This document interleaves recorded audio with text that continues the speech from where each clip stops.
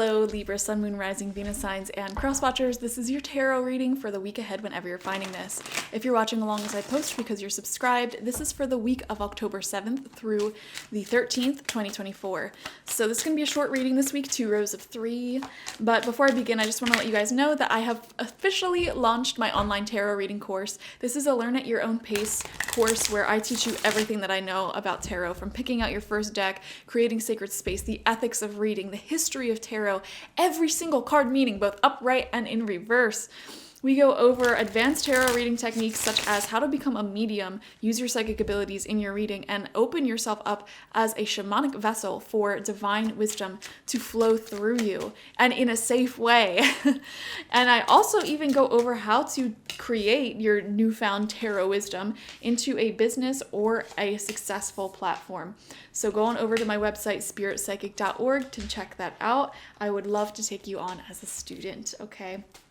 So let's see, Libra, we have the sun coming out as your first card. Happy birthday if it's your birthday, by the way. I feel like the sun is shining in your life right now. There's a lot of luck, okay? I don't know why I'm seeing things like finding money randomly, or you go to buy something from the store, you're going to buy it anyways, and it just so happens to have a really huge discount or sale, and it's like, wow, this is really, really lucky. Or I don't know, just lucky things like that seem to be happening for you this week, and it feels like there's a lot of loving people around you as well, sending you good vibes.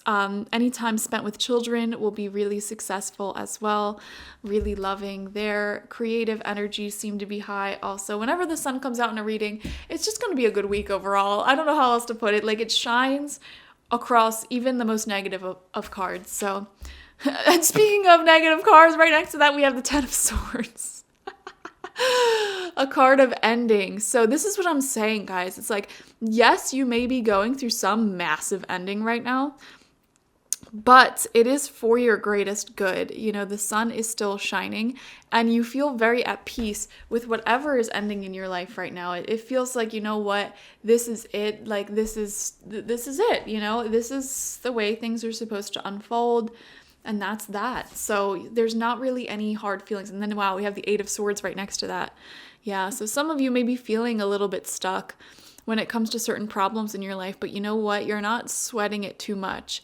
You are remaining cool, calm, and collected, and, relying upon your community, your support system for support, turning challenges and difficult situations into a bonding experience, a way to build intimacy with the people around you. When you have a community of people, even the most difficult of life changes can become very, very beautiful. It then turns into, something that humanity's essence is all about, which is just connecting and loving each other no matter what, because we're always going to face challenges. We are always going to have hardships. It doesn't matter what your life circumstances are. This is just the nature of reality. There's always going to be something. And if we just stop fighting that fight, good versus evil, and we just sit back, relax, and fall into that knowledge, that wisdom that there's always going to be something, we then start feeling the state of peace. You're no longer chasing happiness or sadness. You start just settling back into the throne of your own heart, experiencing peace no matter what's going on in your life. And I'm seeing you really in those circumstances this week.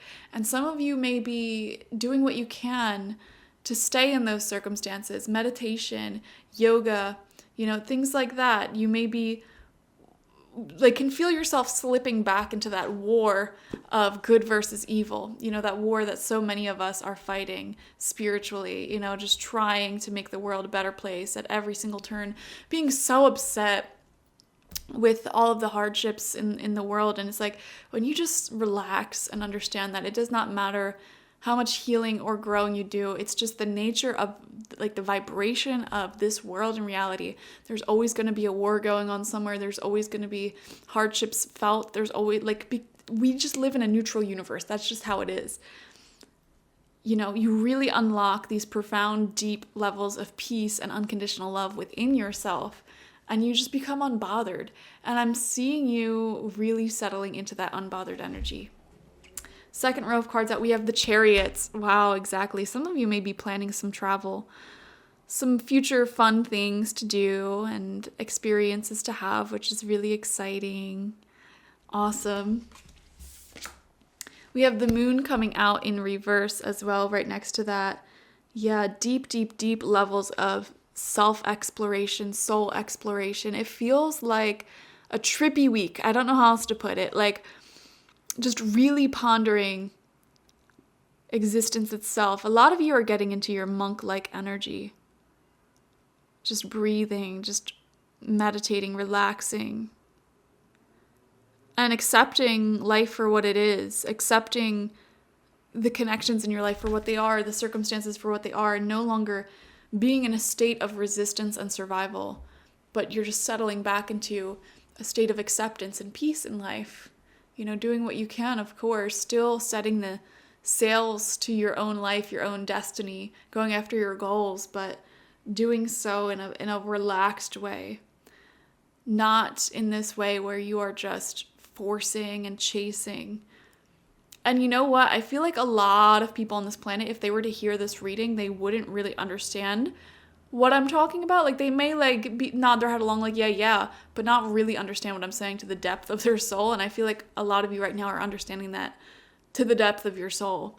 You know, it's to your bones you are experiencing peace despite the endings going on in your life.